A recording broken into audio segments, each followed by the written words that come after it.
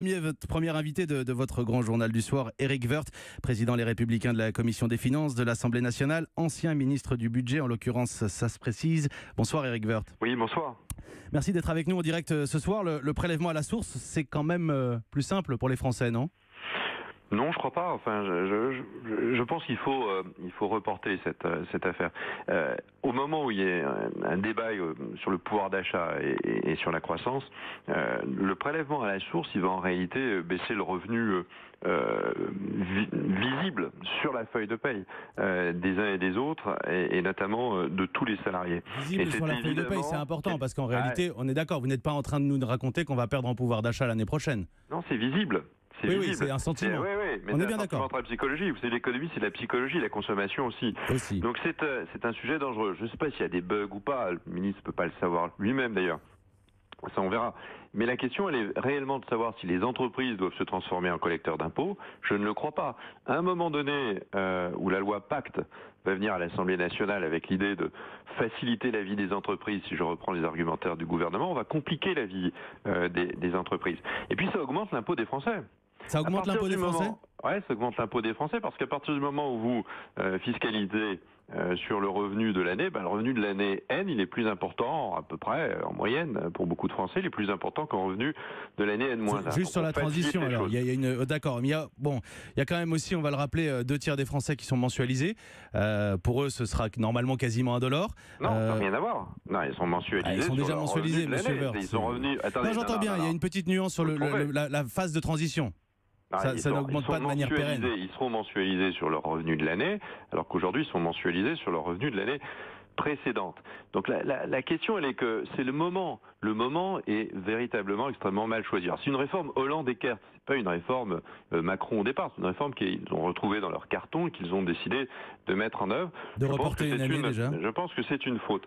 Et je pense c'est une faute appliquer le prélèvement à la source au mois de janvier prochain. C'est une faute. Oui, c'est une faute politique. Oui, c'est une faute politique. C'est une faute aussi, à mon avis, technique. On n'a pas demandé aux entreprises de se transformer en collecteurs d'impôts. Ça, c'est pas possible. On a un impôt qui est conjugalisé. On a un impôt dans lequel l'impôt sur le revenu et il y a beaucoup de crédits d'impôt lorsque vous avez des salariés à domicile, etc. Ces crédits d'impôt, les contribuables vont maintenant en faire l'avance, alors qu'auparavant ils n'en faisaient pas l'avance. Mais monsieur Woerth, le seul truc qui me chagrine dans ce débat, c'est que pendant des années, on a entendu des Français dire pourquoi on ne fait pas le prélèvement à la source comme quasiment tous nos voisins européens. En l'occurrence, on le fait, on sait que ça demande quelques complications, une année en tout cas, mais à un moment, il ne faut pas sauter le pas. Moi, je vois qu'il y a une majorité de Français qui est pour dans les sondages, dans les études d'opinion. Je vois qu'il y a 1 tiers des patrons qui ne se dit absolument pas prêt, ce qui veut dire qu'il y a 2 tiers des patrons presque qui sont prêts. Allez, il y a une réunion des patrons en ce moment. Allez, entendez ce que disent les entreprises, elles n'ont pas besoin de cela. Il y avait une méthode beaucoup plus simple. Le gouvernement a été extraordinairement pas voulu entendre cela. Il y avait une autre méthode. Si on veut réduire ce décalage d'1 an, c'est ça la réalité. Est-ce qu'on veut réduire ou pas le décalage d'1 an entre la perception de l'impôt et la réalité du revenu? Pourquoi pas? Moi, je ne suis pas contre cela. Et je pense que ça, c'est une bonne idée. C'est une vieille idée. Thierry Breton, à une époque, avait essayé de le faire. Pourquoi pas? Mais il y a une autre manière de faire. C'est de faire en sorte que ce soit le fisc qui puisse rester l'interlocuteur, et non pas l'entreprise, rester l'interlocuteur du contribuable. Et aujourd'hui, c'est possible. Techniquement, c'est possible. Le gouvernement n'a pas voulu le faire, pour je ne sais quelle raison, probablement un peu technocratique, et il se retrouve aujourd'hui dans une situation, me semble-t-il, bien plus difficile. Vous croyez qu'ils vont le reporter? Juste une question, votre sentiment, puisque vous avez été vous-même aux affaires et particulièrement au budget, en l'état, on n'arrive pas trop à savoir quelle est la ligne de l'exécutif, c'est pas très clair. J'étais assez surpris de la réponse du Premier ministre dans le journal du dimanche